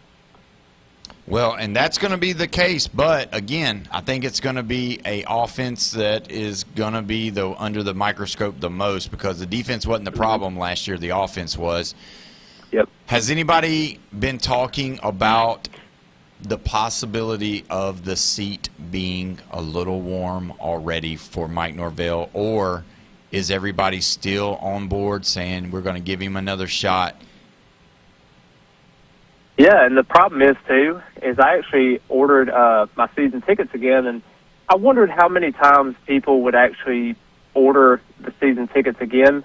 But I've actually heard that a lot of these fans that have been season ticket holders have really kept their retention to being able to be and continue to be season ticket holders. That kind of gives me hope that maybe either they see that the writing is on the wall and Norvell's going to get fired after this year or during the season, or they're going to have a lot of faith. But the problem is, too, is the administration, whether you believe the buyout is a factor in this, which I do think it is, but they also want to think that maybe that 22 and 23 season where they had 23 wins is going to come back to fruition again. I just think that this is a program that sees that Mike Norvell's on the hot seat. They're giving him all these assistant coaches and players and even front office staff that's going to be able to help him recruit a little bit more. I think this is going to be the opportunity that he needs, because if he can't get it done this year, I don't know when he can get it done. Yeah, we're talking with Taylor Devers with Chop Chat Norvell Central for the Seminole football program. One of our listeners has texted in, and his name, his moniker is TCUJ. So TCUJ wants to ask you a question. Would 9 wins get him another year? 1,000%. I think the sketchy part would be if you're 7-5. I think that's where you're kind of personally, I see 7 wins with this roster right now, because I do think there are a couple of holes that you have on this roster. I think 7 to 8 is probably what you're going to get just based off of the schedule and what you have. But, I mean, you're looking at teams like SMU, Alabama, Florida, Miami, Clemson, Louisville. I mean, the list goes on, and you look at that schedule. I mean, you look, and Alabama and Miami's probably your two guaranteed losses, possibly. So you're at least going 10-2. You know, you're bound to figure out what you got there. But if you're telling me that he's going to win 9 games, and he hasn't won a road game since 2023, oh man, what does that tell you? You know? Yeah, it tells me that you need to put the pipe down and stop smoking it, because I don't see it happening. If you look at it, Virginia had a good year last year. SMU, they're SMU. Louisville, we talked about their running back. They're going to have him back, which is very important for Coach Brom and those guys. Miami's going to be Miami. Alabama's going to be Alabama. Clemson, who are they going to be? Nobody really knows. Nobody's saying anything, but could this possibly be the downfall of Clemson? Are they going to go backwards? And then you got to look at Pitt, and then you got North Carolina State. And those are the two that are inconsistent. You don't know what they're going to do. At Pitt is probably going to be a tough one. You got North Carolina State at home. And then the Florida Gators. That's the game. The Florida Gators. Will he be there? Will he be there? You can't lose by 2 touchdowns to the Gators and go 7-5 and keep your job. He can't. If he's already lost 5 games by the 4 games, 5 games by the time he's got to Florida, it's over. He's done. Wouldn't you agree with that, Taylor? Yeah, and the problem that ticks me off the most is he's lost to 2 Florida interim head coach. I mean, you cannot make that up. I mean, you cannot have it. I get Summerall is a tremendous, motivator. I'm not so sold on him as a head coach as of right now. I think he's going to have to grow into it, especially going up to a Power 5 program. But just overall, I think that this is a game you have to win. And I don't care if you're in the swamp or you're at home. It does not matter. You need to beat the Gators. Yeah, and let me ask you this. Speaking of the Gators, what do you think about their quarterback competition? What do you think about the coach? What do you think about everything that everybody's saying? Because a lot of Gator fans are pumped up about this team. They're pumped up about their new head coach. And I talked to him 2 weeks ago, and I will say I was very impressed with the things that he's saying. Obviously, we calculate everything with wins and losses. But what do you think about the Gators right now? Yeah, I do like Aaron Philo. I think he's going to be a really good quarterback for them. I think he sets up being in a nice situation there. Now, Tramel Jones, a former Florida State commitment, he flipped over to the Gators. I do think he's going to be in contention for that job, but just overall, I think this is going to be a situation where they're going to run the ball early and often, kind of establish the run. You're going to hear that a lot from Florida State and Florida this year. That's going to be a recipe for success. I mean, you have pieces at Florida State, but then you have Bach coming back. I mean, that's going to be a situation where you have to do something, and Florida's going to have to lean on him continuously time and time again. And I do like that team. I like that offense they're going to run. Defensively, I don't really know how they're going to piece together everything, but I am kind of excited to see what that offense is going to be and how they're going to kind of go into life after DJ Lagway. Yeah, it's going to be interesting. Well, we're going to go ahead and take our next break. Taylor, you're going to stick around with us, and we're going to do some talking about these coaches in the college football season for next year. You're listening to the Sports Blitz with Paul Wilson right here, 104.3 ESPN, Northwest Florida. ESPN Northwest Florida. The Atlanta Braves play here. It's just a little crush. 3-2 pitch in the air towards the gap in right center field. Sprinting back, Trout over his head. That's over the yellow line and a homer. And tonight, the Atlanta Braves face the Cleveland Guardians. The Braves send rookie pitcher Hurston Waldrop to the mound, and we'll have live coverage from Truist starting at 6. First pitch, 6:15. ESPN Northwest Florida. Good evening. This is Joanna on ESPN Northwest Florida with Friday's weather forecast. Slightly foggy and mostly clear tonight with a low near 64 and a wind 3 to 7 miles per hour. Slight fog and sunshine tomorrow morning, a light breeze and a temperature of 77. Slightly warmer in the afternoon and evening around 78 with sunshine and a wind around 10 miles per hour out of the south-southwest. Sunny Sunday and very warm around 77. This forecast is brought to you by Earthworks of Northwest Florida. Thank you for keeping that dial at ESPN Northwest Florida. Rely on it. Crawfish season is back, and the heat is on at Lone Star Boil House. Lone Star Boil House is where the locals go for delicious, mouth-watering Cajun crawfish, shrimp, buttery red royals, and everything crab. Plus, Lone Star Boil House is now serving liquor. Get crawfish 6 days a week, open to close. To-go crawfish also available at the front bar, and crush the follow on Facebook for frequent food and drink specials. Lone Star Boil House, 320 West 5th Street, downtown Panama City. With over 4 decades in business, Instant Replay Sports Cards is happy to take your collection to the next level. All new hobby boxes, signed memorabilia and supplies, new and vintage cards and Pokemon. Buy, sell, and trade. They're an authorized source for Topps, Panini, Upper Deck, and Leaf cards. Instant Replay Sports Cards inside the Stanford Station on 23rd Street next to Academy Sports. Come see the bigger store and the larger inventory, or visit online, instantReplaySportsCards.com. It's a new season and a new fight. Atlanta, it's time to rise. And your 2026 Atlanta Braves are ready. Swinging in a drive to left center field. That ball is gone! He did it again! Tonight, the Braves are back in town and Truist Park will be rocking as they square up against the AL Central Cleveland Guardians in Atlanta. First pitch coming up at 6:15 on your home for the Atlanta Braves on the Gulf Coast. 104.3 ESPN Northwest Florida. Call in with your questions, hot takes, and rants at 850-215-6290. Now, I'm sure that most of you have used a dial telephone before. The Sports Talk Monster.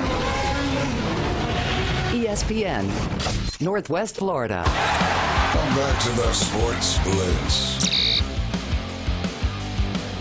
We are live and local right here at 104.3 ESPN Northwest Florida, your spot for the Atlanta Braves. This is the Sports Blitz with Paul Wilson, and we're pumped up about it.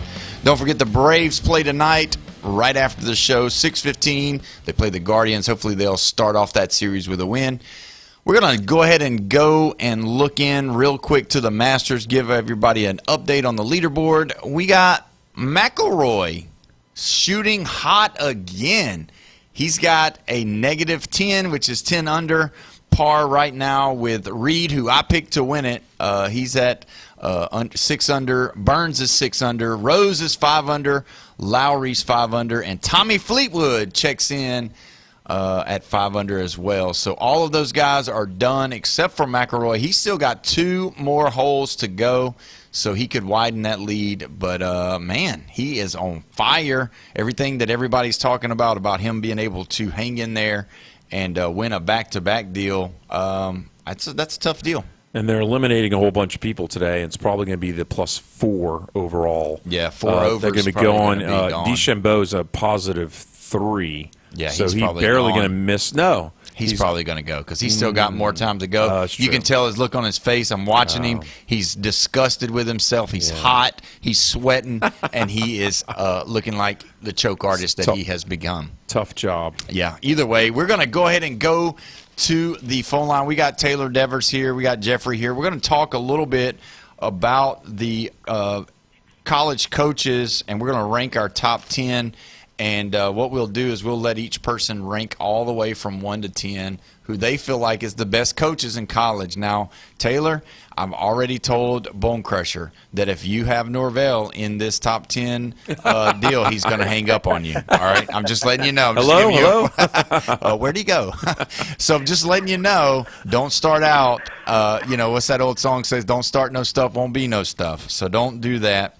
But when you look at the way college football has moved, you've got a lot of these older coaches that have left, your Mac Browns, your Nick Sabans, and now you've still got Bill Belichick here, and you've still got some of these guys that are older. You got some of the younger guys coming in, and then you've got people that have won. So I don't know. So Jeffrey, I know you're looking at me crazy, but because I haven't started a list, I didn't write anything down. You don't have to write it down. You should be able to spout them off, unless you just want me to go first. Well, it's not going to be in a particular order. I'm just going to spout off a whole bunch of names, and you're going to hate some of them. And then and if I mention Franklin at Virginia Tech, I'm not sure what you'll say about that. Well, I'll tell you this: the door is going to be unlocked, and you might have to show yourself out of the studio. It'll be embarrassing.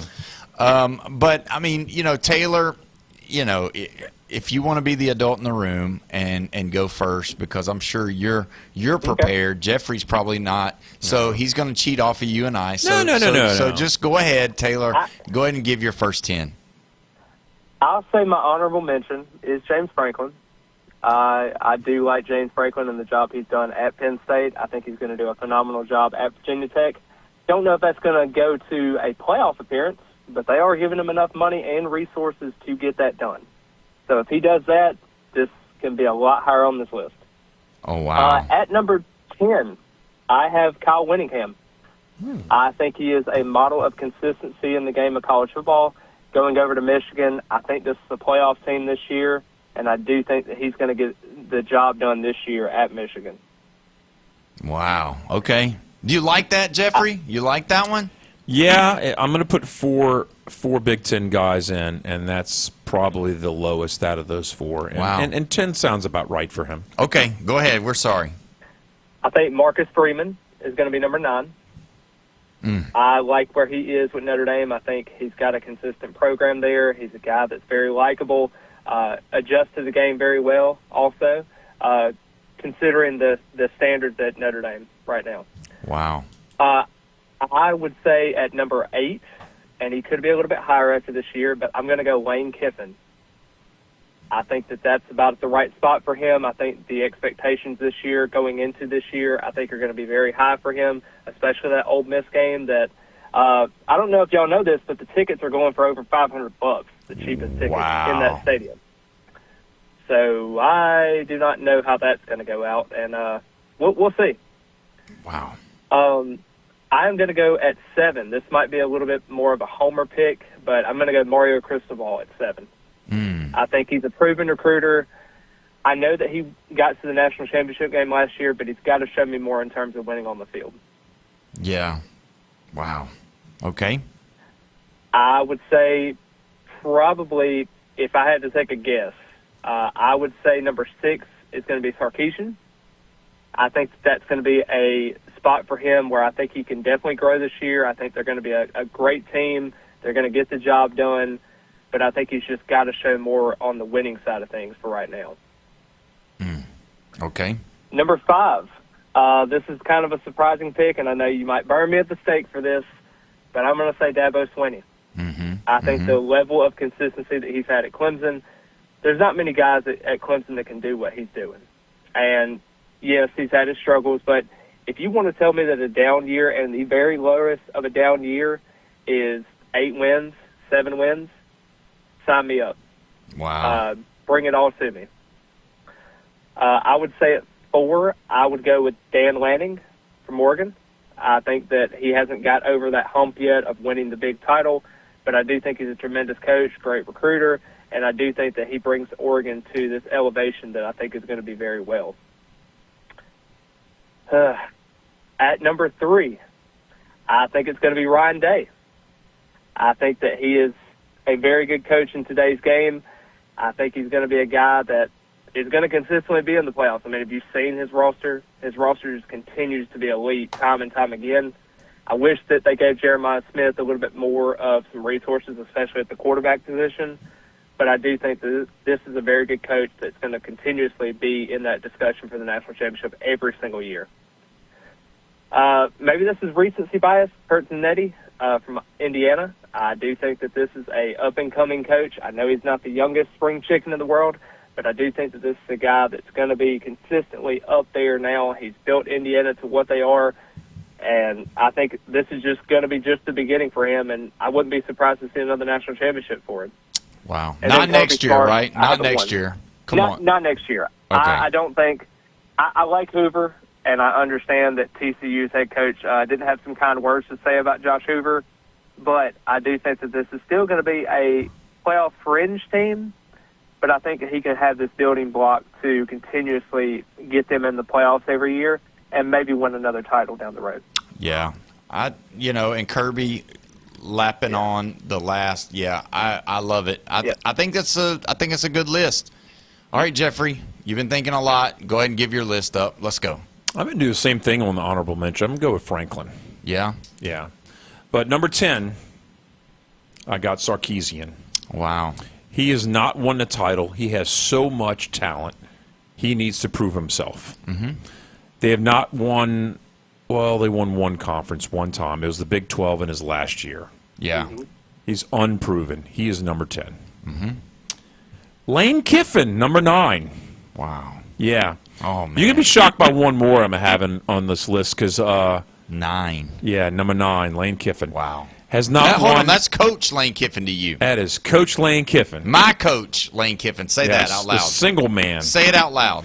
Well, yeah, he's my coach for now. That's right. That's right. Yeah, I think that's a little bit of a shocker, I'm sure, for you. Yeah. But a little later. Yeah. And listen to this. I got number 8, Cristobal.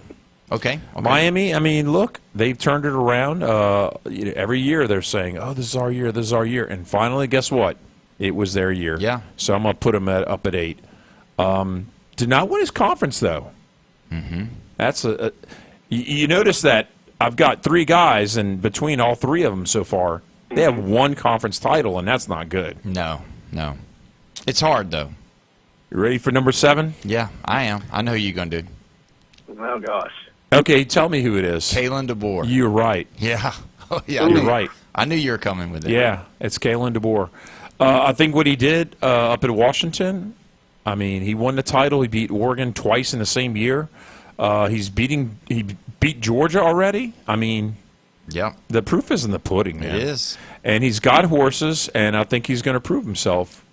I don't think he's going to lose his job. Let me say this about both of y'all's pick for honorable mention, which was James Franklin. Mm-hmm. Michael Fields just wrote in Virginia Tech in the ACC championship this year. Let's go Hokies. Wow. There you go. Wow. Mm-hmm. Okay, number 6, Marcus Freeman. Okay. He was in the national title a little over a year ago. Yep. He's got less athletes. Yeah. And he does more with them. And I agree. That is something to be said. Mm-hmm. And I hate the fact that they're going to be 11-1 this year.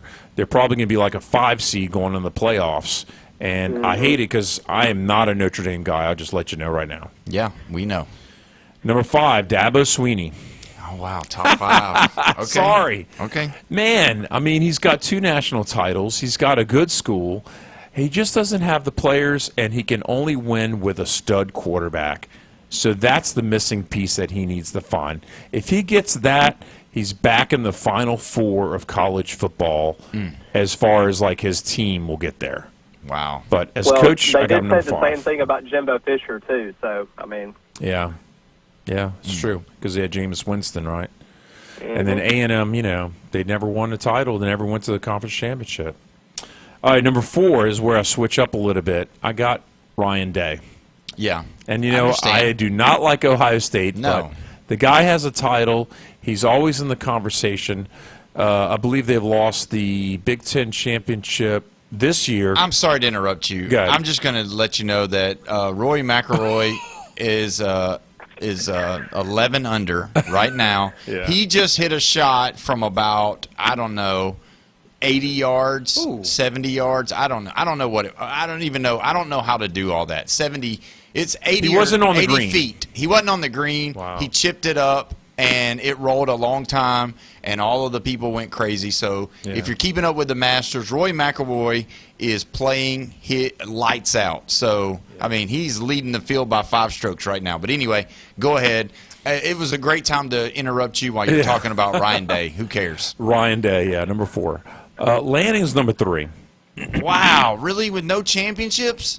No championships. He's won the Big Ten 2 years ago. Yeah. And he played in the championship the year before that. Okay. I mean, I don't know. I don't know what else you want to talk about. He's got more conference titles probably than Sarkisian. Yeah, for sure. I mean, I don't think he has all the blue chips. I think he's doing a lot more than what he's been given. Yeah. Okay, this is where I get hard. I almost want to put him in a tie, and it's Cignetti and Smart. Yeah. You know? Yeah. I mean, those are the top 2 guys. You can't break from these 2 guys. Cignetti's the hot man because he has that title this year, and Smart is Smart. I mean, he has 2 national titles. He's lost to Bama in another one, last decade? Yeah. I mean, you can't forget about Smart. I'm not sure who I would even put number 1, so it's a toss-up. So one of our people texted on the line. They said, I don't think Cristobal has it. I don't think he's the guy. I think Penn State will have a better record. How about that bold take? So there you go. Penn State at least is going to be better than Virginia Tech. That's what they think. So I think it's an interesting deal. So I'm going to go ahead and give you mine. Honorable mention, and this guy to me, from what he's been able to do, and you're going to be like, yeah, good point.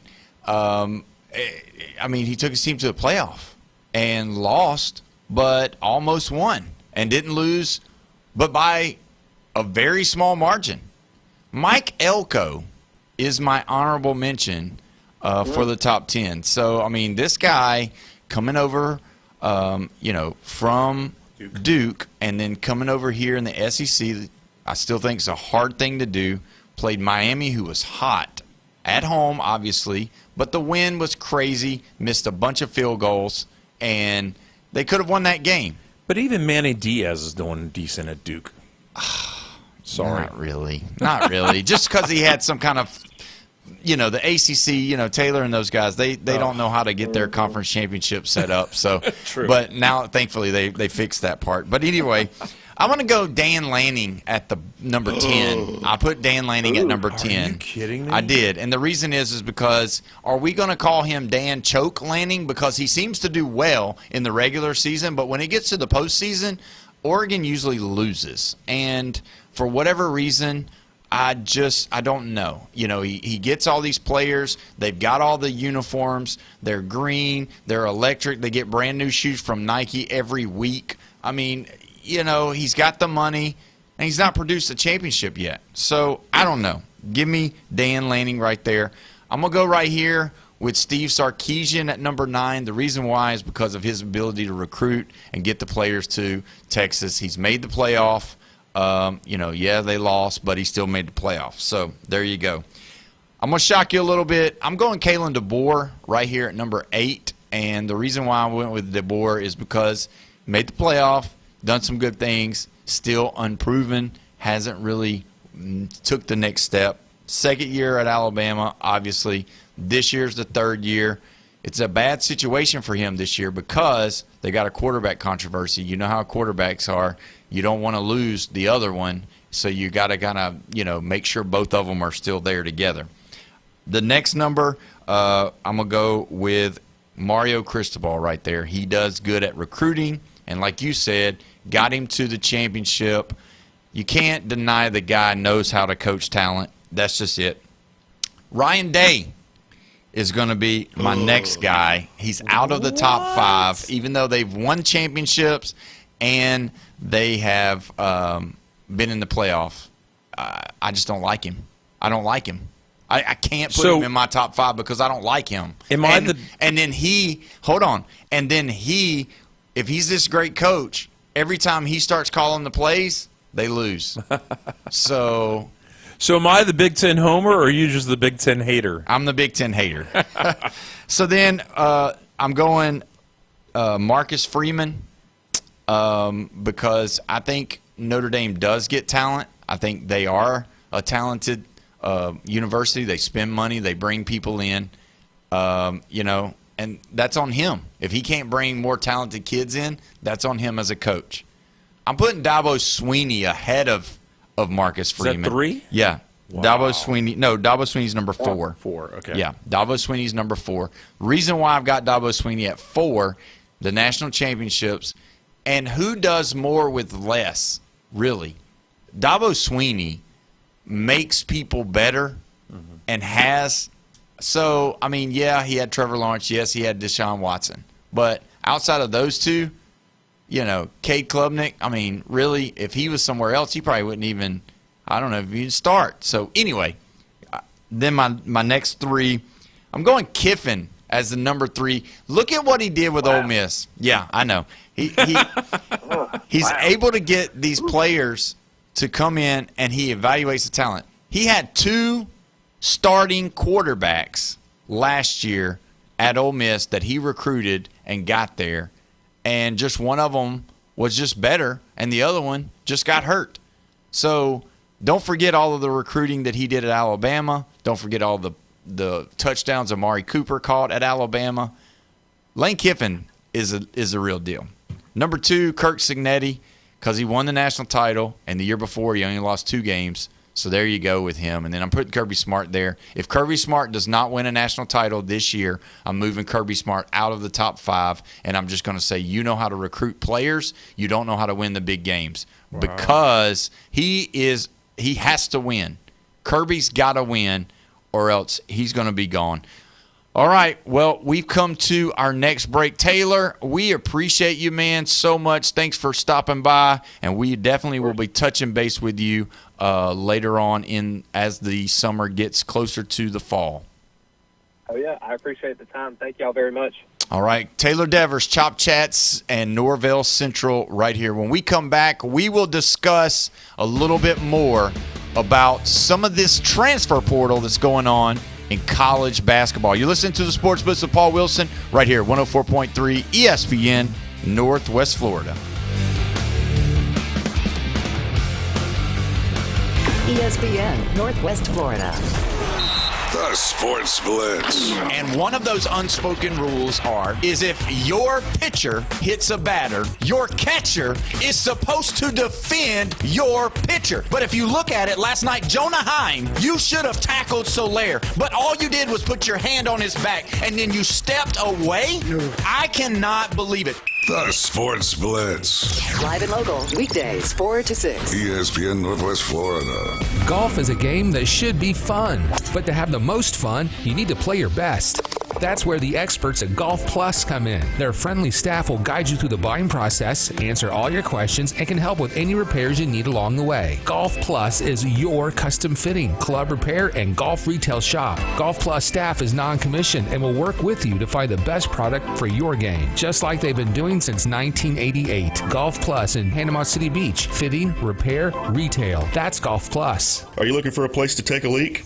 Do you have a truck, tractor, or other hydraulic equipment leaking or not performing as it should? At Reliable Hydraulic Solutions, we can get you back to work. Do you have a busted or leaking hose? Hydraulic cylinder or pump needing repair? If competitive pricing and a quick turnaround are what matter to your business, come see us at Reliable Hydraulic Solutions, or you can give us a call at 850-326-3000. Reliable Hydraulic Solutions, 6840 Highway 77 in Southport, the best place in town to take a leak.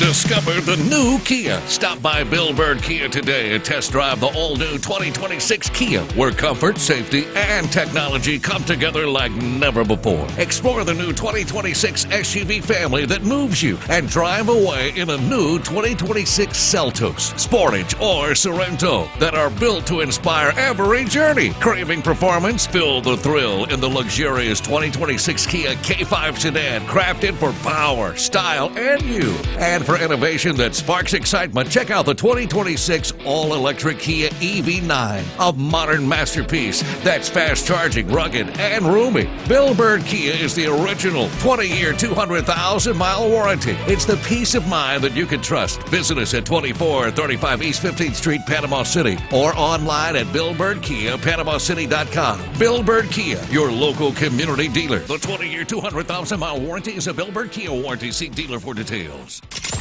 It's a new season and a new fight. Atlanta, it's time to rise. And your 2026 Atlanta Braves are ready. Swinging in a drive to left center field. That ball is gone! He did it again! Tonight, the Braves are back in town and Truist Park will be rocking as they square up against the AL Central Cleveland Guardians in Atlanta. First pitch coming up at 6:15 on your home for the Atlanta Braves on the Gulf Coast. 104.3 ESPN Northwest Florida. Climb into our DM and jump into the chat. The Sports Blitz with Paul Wilson is live on Facebook. Interact with Paul and other sports fanatics now. 104.3 ESPN Northwest Florida. Welcome back. You're listening to the Sports Blitz with Paul Wilson right here, 104.3 ESPN Northwest Florida, your spot for the Atlanta Braves baseball right here on the Gulf Coast. And it's sponsored by Hewitt Tire and Auto, Brock Pest Control, Bill Bird Kia, and PCB Hobby. We appreciate you always on this it's a busy day here and a beautiful day, and I'm just telling you, I'm just captivated by I'm not a fan of Rory McIlroy. I'm not a fan at all. I don't like him. I don't like his mannerisms. I don't like him. I don't know him, but I don't like him. And so with that being said, he is shooting 11 under, and he's still on his last hole, and I'm just telling you, he's up by 5 shots right now, and if he finishes this round being up by 5, it is going to be crazy. The company he joins being the biggest lead at the Masters, and so man, we're looking at something going on. This dude's shooting lights out, and I'm aggravated. I don't want him to win. Do you like him? You reminded me of a quote from a movie, Tombstone. Yeah. And it was Doc Hollywood, which was played by Val Kilmer. And he says, I don't know him, but he reminds me of somebody. And he says, he reminds me of me. And he goes, yep, that's it. I hate him. Oh my gosh! Well, the line is blowing up, and people are talking about this. And somebody said, "Is it his accent?" No, I hope not. And then somebody said, "Do you hate Lucky Charms, Paul?" Hey, my Lucky Charms. So maybe that might be it. Yeah, I don't get it. I don't like Roy McIlroy, and I don't like Lucky Charms. So there you go. That's crazy. Yeah, I just you're getting thrown out of the pub. I know. I'm sorry. I guess I won't be eating at McGuire's this weekend. No, you won't be. But either way, you can be a part of the show. 850-215-6290. Also, don't want to forget the microphone is being sponsored today by Humbert Diesel and Auto Repair, 1504 County Road 390, Lynn Haven, Florida, 850-630-0766. Go see them. They're on Facebook, and you can always call and ask any questions, and they will help you. Also, don't forget Recommended Collision Center on Jinx Avenue. Brandon and the guys there are so good at what they do. They get your vehicle back in tip-top shape. They take care of you like they're family, and they're local, and they're honest, and they do great work. So go see them on Jinx Avenue, Recommended Collision Center. They're on Facebook, and Brandon is a very big-time part of what we do here. So go see those guys if you have any problems with your vehicle.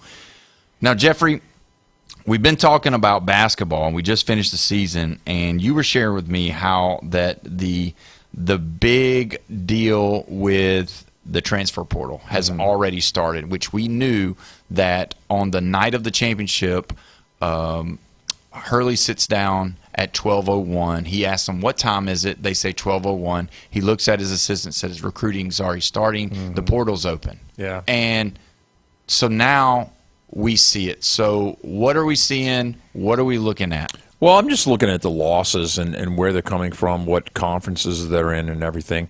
And as I scrolled through and saw there was like 2 Kansas guys, a Utah guy, it was a lot of Big 12. Yeah. And of the top 40 guys who enter the portal, 9 of those 40 are from the Big 12, who had a stupendous year. Of course, it didn't eclipse what the Big 10 accomplished. Right. But they were obviously the second best conference in all of college basketball. That includes the SEC. Yeah, they beat the SEC this year. They didn't have as many in, right? Or did they? No, they had 1 or 2 less. I think they had but 8 they went, instead of the 10. But they went further. But to be honest with you, with that Houston loss, and then Kansas losing to St. John's, that's 2 upsets I can think off the top of my head. Yeah, I believe. It was. It wasn't like they reached their potential. Let's just put it like that. Yeah. But losing 9 of the top 40 people that entered the portal, in the first few days is devastating. And to compare it, the ACC was second, and then the SEC was third with 5 losses. You compare 5 to 9, it's a big difference. All right, I got to stop you here. Oh, my God. Roy McIlroy just shot 12 under for today. No. That's -8 for today. Well, yeah. 4 yesterday. Right, but what I'm saying is he's 12 under par right now for the tournament. Yes. And he is leading by 6 strokes over everybody, which is a record. This is crazy. He's unconscious.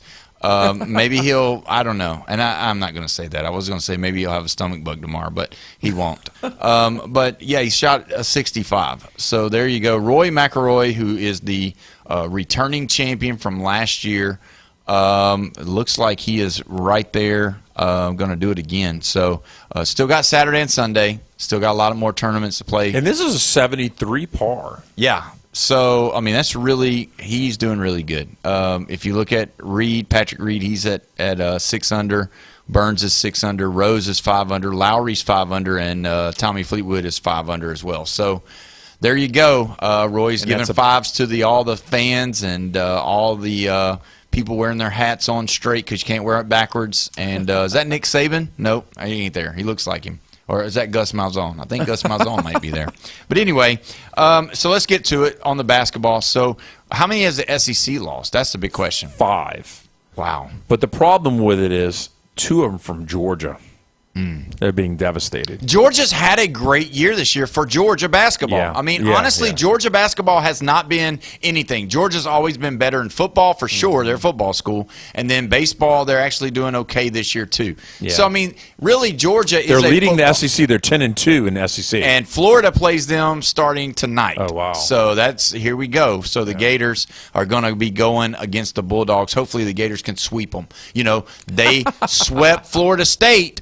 Is that right? The Gators swept Florida State in baseball. Yeah, so hopefully the Gators will sweep the Bulldogs, too, in baseball. We've got players. Bulldog hater now. No, we got players that come on the show that play for the Gators, and we're going to pull for them. And one of them's local. 2 of them local. Oh, 2 of them local. Yeah, okay. so we're gonna definitely do that. So when you look at Bama's 3rd. Yeah, they're doing good. They're 8-4 in the SEC. Yeah. They're 3rd place alone. And Bone Crusher, I don't know if you know this or not, but Georgia is ahead of LSU. Alabama's ahead of LSU. And Jeff hated talking about basketball, but he was thinking, oh, yeah, we're in baseball season already. We're LSU. We're the number 1 team in the country. Ask Jeff where LSU is ranked right now. Let's hear it. Say it. 24th. Yeah. Oh, yeah. 24th best team in the country. There you go. Start out at number 1. In one poll, how and the 2 mighty in the have fallen. Yeah. So let's stop talking about how great. You know what? Let's go ahead and move on to football season. I mean, because it didn't work for basketball, it didn't work for baseball, and now we just go ahead and move to football season, and so we'll look at the same thing. So you want to LSU. talk about a total sweep. So Indiana won at football. Basketball was won by Michigan. The women's basketball was won by UCLA. These are all Big Ten schools now. Yeah.